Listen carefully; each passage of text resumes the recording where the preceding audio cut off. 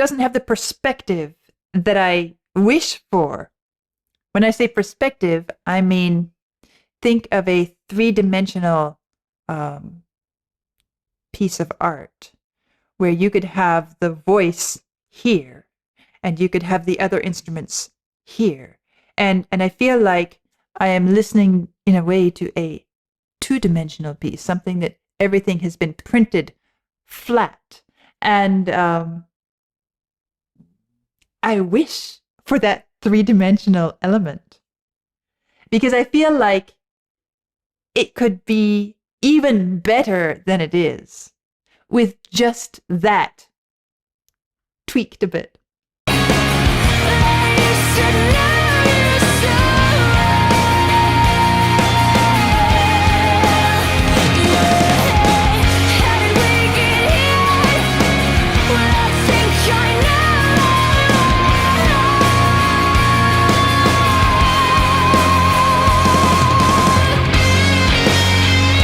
Some lively drum fills.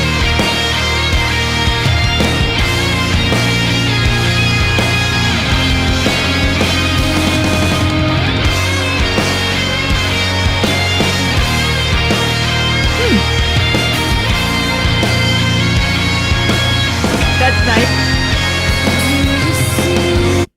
Did you notice how that guitar solo is built out of the same material as this little da-da-da-da-da-da-da-dum-bum? It's a bit different, but it's built out of the same little musical idea.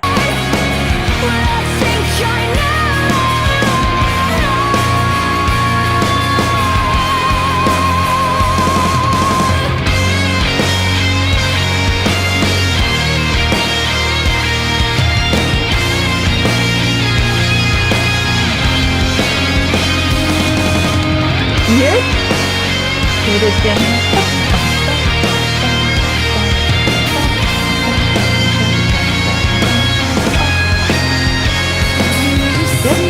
That's nice. What we've done, we're gonna make such fools of ourselves. Do you see what we've done? We're gonna make I like what the drums are doing here.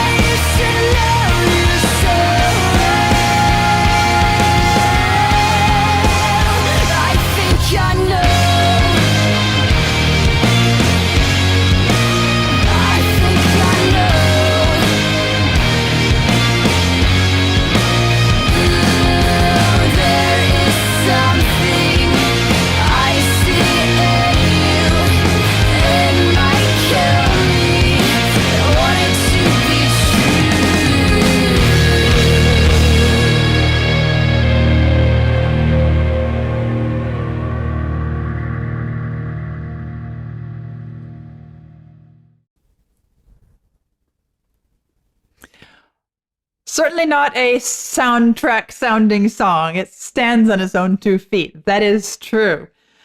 Well, another thing that I noticed about it and I enjoyed were the tasteful little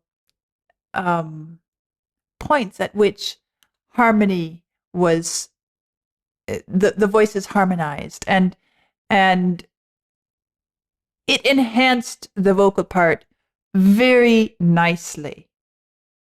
And it's actually a pretty intense piece of music, tempo-wise. I mean, I guess I would say that the tempo reflects the sort of rage and intensity of emotion that is being expressed in the lyrics, and in that regard, it's a good choice. I'm still intrigued by the fact that this little introductory figure.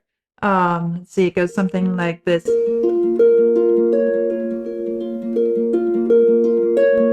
It's really not an outstanding part of the piece of music, and yet for some reason it was so noticeable and persistent in my awareness throughout. I'm curious if any of you had the same experience, or if it's just because something about it caught my attention and wouldn't let go. But it was interesting to notice that, especially with the at the same time wishing and noticing that the voice didn't really give me the placement of the voice didn't really give me this three-dimensional experience that I think would have been really great on this piece of music. So it's a funny little mix of musical experiences that I had as I was listening to this piece. Overall, though, another thing that I find interesting is that, okay, this was the Teen Choice Award for Choice Rock Song in 2010. And which means it was really popular for the teenage audience, right? And it's interesting for me to think of this, and because I'm also in the middle of the Beatles Complete series, think back to the early Beatles songs and what was so appealing to teenagers so many decades ago, and how vastly different the musical tastes, interests of more contemporary, more modern teenagers is, and how the world that has changed since then has had such an impact on the young people growing up. And it's not just the world, it's also the development of musical style as well. But I really, as I have begun to understand the appeal and the reason for the grunge era and other eras in rock music, and what was popular and what was appealing to different audiences along the way, it's telling, and it's worth considering that there was a time when She Loves You, Yeah, Yeah, Yeah was such an incredible and relevant expression for teenagers. It felt like a breath of fresh air. And now, moving so many decades later, something like this, it's still on the topic of relationships and love, but now it's more about the struggle and the bitterness and the frustration of a breakdown in that relationship, which is not a new topic. We saw it way back with the Beatles, but the means of expressing it is so different. And it's interesting to notice these trends, these changes along the way, and to understand that this, obviously having sold so many copies, probably partly because it was a movie that was enjoyed by many, but at the same time, this particular song stood out as something that they wanted to have as a song and not just enjoy in the context of the movie. So all of these things come into play with a piece of music like this. And the fact that this speaks to so many. I'm sitting here analyzing it as a musician, as an artist, and I'm saying, okay, I wish it was more 3D for me. But clearly what it's expressing is powerful enough and relevant enough that probably they don't care whether the voice is placed further in relief or not. Or maybe they want it this way. Maybe. I don't know. But that's an interesting conversation to have, and I'm curious to hear your thoughts on it. So that was my first time hearing Paramore. Really quite a local band, and kind of nice to see that they their music featured in a movie that became so big.